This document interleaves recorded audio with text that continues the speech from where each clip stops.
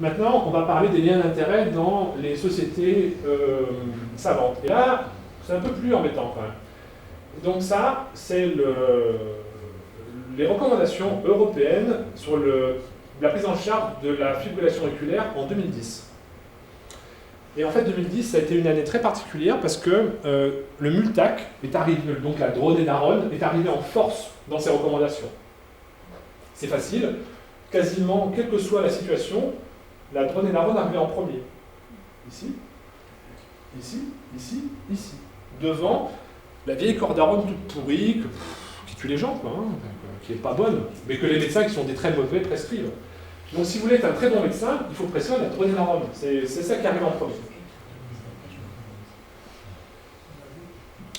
Et en fait, à l'époque, Sanofi était super contente, puisque, enfin on ne le lit pas très bien, mais ça c'est une plaquette de l'époque que j'avais photographiée, c'est la première intention antiarythmique.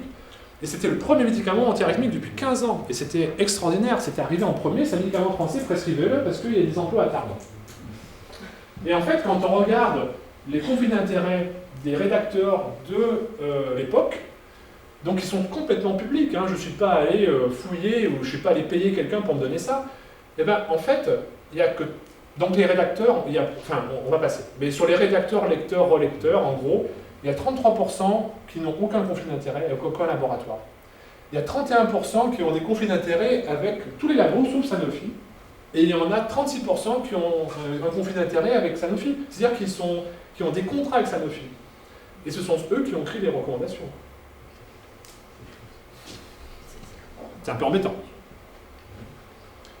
Et là, en fait, manque de peau, vous savez que le Multac a été déremboursé parce qu'il y a eu des soucis, quoi.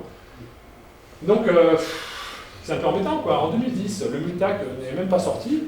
On sort une reco qui dit qu'il faut en prescrire en première intention, donc à pas mal de situations. Et en 2012, on dit finalement, c'est pas un très bon médicament, donc on va le dérembourser en France. Donc on l'utilise toujours en Europe, mais en France, il est déremboursé, donc évidemment, plus personne ne le prescrit. Donc c'est un peu embêtant pour les rédacteurs de la Société européenne de cardiologie, parce que moi, je serais à leur place, je serais un tout petit peu gêné quand même. Avènement du Multac sur les recommandations de l'ESC en 2010. Et en 2012, avènement des NAC. Donc les nouveaux anticoagulants, toujours pareil, dans la fibrillation auriculaire. Je suis désolé, je commence à bugger un peu. Donc on est toujours dans les recommandations sur la fibrillation auriculaire, 2010-2012.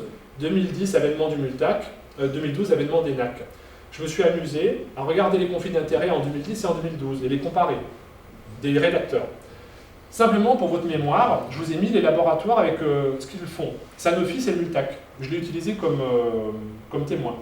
Bayer, c'est Xarelto rivaroxaban. BMS, c'est Eliquis apixaban. Boehringer Ingelheim, c'est Pradaxa dabigatran. Rappelez-vous de ça. À votre avis, comment sont les courbes? Bleu foncé 2010, bleu clair 2012. Ça, c'est ceux qui n'ont pas, les rédacteurs qui n'ont pas de conflit d'intérêt. Donc on l'a vu, 33% en 2010, en 2012, ils sont 10%. On oublie ça. Sanofi, donc Sanofi qui n'a rien présenté en 2012, puisque, voilà, ils étaient 35% en 2010, et en fait, en 2012, ils sont 32%. Bon, kiff. Et regardez les 3 laboratoires qui font les NAC. C'est rigolo. On passe de 8% par exemple pour BMS, de rédacteurs qui étaient sous contrat avec BMS, à 26%. Pour Boehringer Ingelheim, on passe de 18% à 38%. Et pour Bayer, on passe de 6% à 42%. En fait, je vous la fais courte, parce que voilà, et Servier, bizarrement, c'est pareil. Donc en 2012, l'ivabradine fait son apparition dans les recommandations. Quand on regarde dans l'assurance cardiaque, on change de recommandation, toujours pareil, recommandation européenne du niveau d'assurance cardiaque. À l'époque, il n'y a que 13% de rédacteurs qui n'ont pas de conflit d'intérêt.